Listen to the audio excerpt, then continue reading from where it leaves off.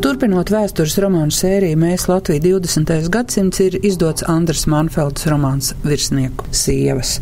Un te nu jārunā par klišejisko attieksmi, kura noteikti ir pārkāpta runājot par virsnieku sievām, par Liepājas pilsētas daļu karaostu 20. gadsimta 70.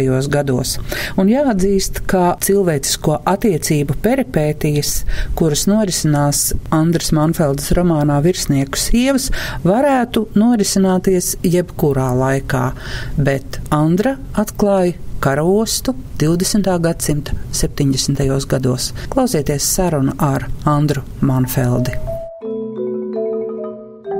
Kādas tev ir romāna rakstīšanas gaitā mainījušās attiecības ar virsnieku sievām? Es viņas pirmkārt esmu iepazinusi, jo pirms tam jau man tādas pieredzes nav bijis, jo Kuldīgā dzīvojot, es nevienu dzīvu virsnieku sievu nekad arī neredzēju, jo armijas daļas bija diezgan tālu. Vismaz viņas nekursēja mūsu mazpilsētā tūplānā, un tā es vismaz ar dažām esmu iepazinusies. Respektīvi, tavs viedoklis veidojās tikai tagad rakstot. Es domāju, ka es mēģināju apgāzt dažādus stereotipus. Es domāju, stereotips nav nekas labs. Viņš iegrožo un pazemo domātāju un dejojošas nackreplos častuškas. Tas ir tās latviešu stereotips, kas ir tā virsnieku sieva. Žaklīna Kalātā? jā, Žaklīna Kalātā. Nu, tas ir graujoši, tomēr tā fotografija, kur ir redzama skaistā Kenedija kundze un Hruščova kundze. Nu, višķiņ tur ir šoks. Bet man jau tas darbs ir par šodienu. Viņš jau nav restaurācija. Es šodien vispār domāju par vēstures pētnieku un, piemēram, mani kāda ir atšķirība. Abiem ir viena lieta kopīga, ka abi dzenās pēc patiesības, un tas ir uzteicami. Bet es domāju, ka literatūra ir tā daudzdimensionāla padarīšana. Tur nav tikai šis faktu klājiens, jo, piemēram, tagad nesen sociālās tīklos redzēju tādu uzdevumu bērniem, cik ozolā ir ābola, tas jautājums, beigi jautājums.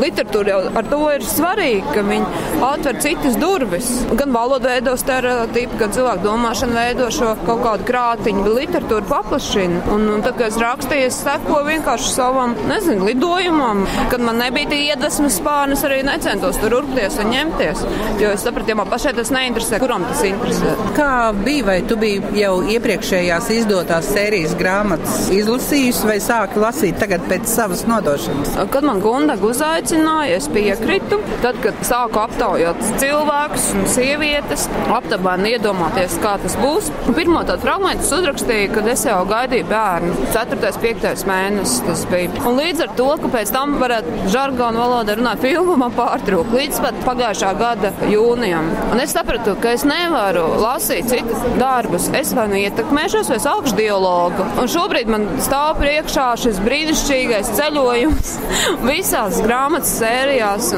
Un es ar kaut kādu nepacietību to gaidu. Un tagad man vairs nav, neteiksim, baili, bet jau viss. Jau tev ir piedzīvojums, jā? Jā. Tu raksti dzejoļus un prózu.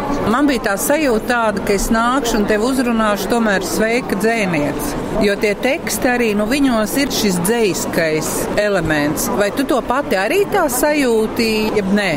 Dzeja man pašreiz nerakstās, diezgan ilgi nav rakstījusies. Jā, protams, dzejnieks raksta savādāk. Un tad šīs pasaules bija paralēls gan dzeja, gan próza. Man kaut kā pat próza gandrīz vēl labāk patīk, jo tur var arī iedot to, kur varbūt nesauc morāli, bet to savu vēstījumu. Dzeja ir tik koncentrēta, tik skaidra, un viņi saprot tikai daži cilvēki. Bet šeit es varu runāt ar vairākiem, ar daudziem, arī pastrīdēties kaut kādā ziņā.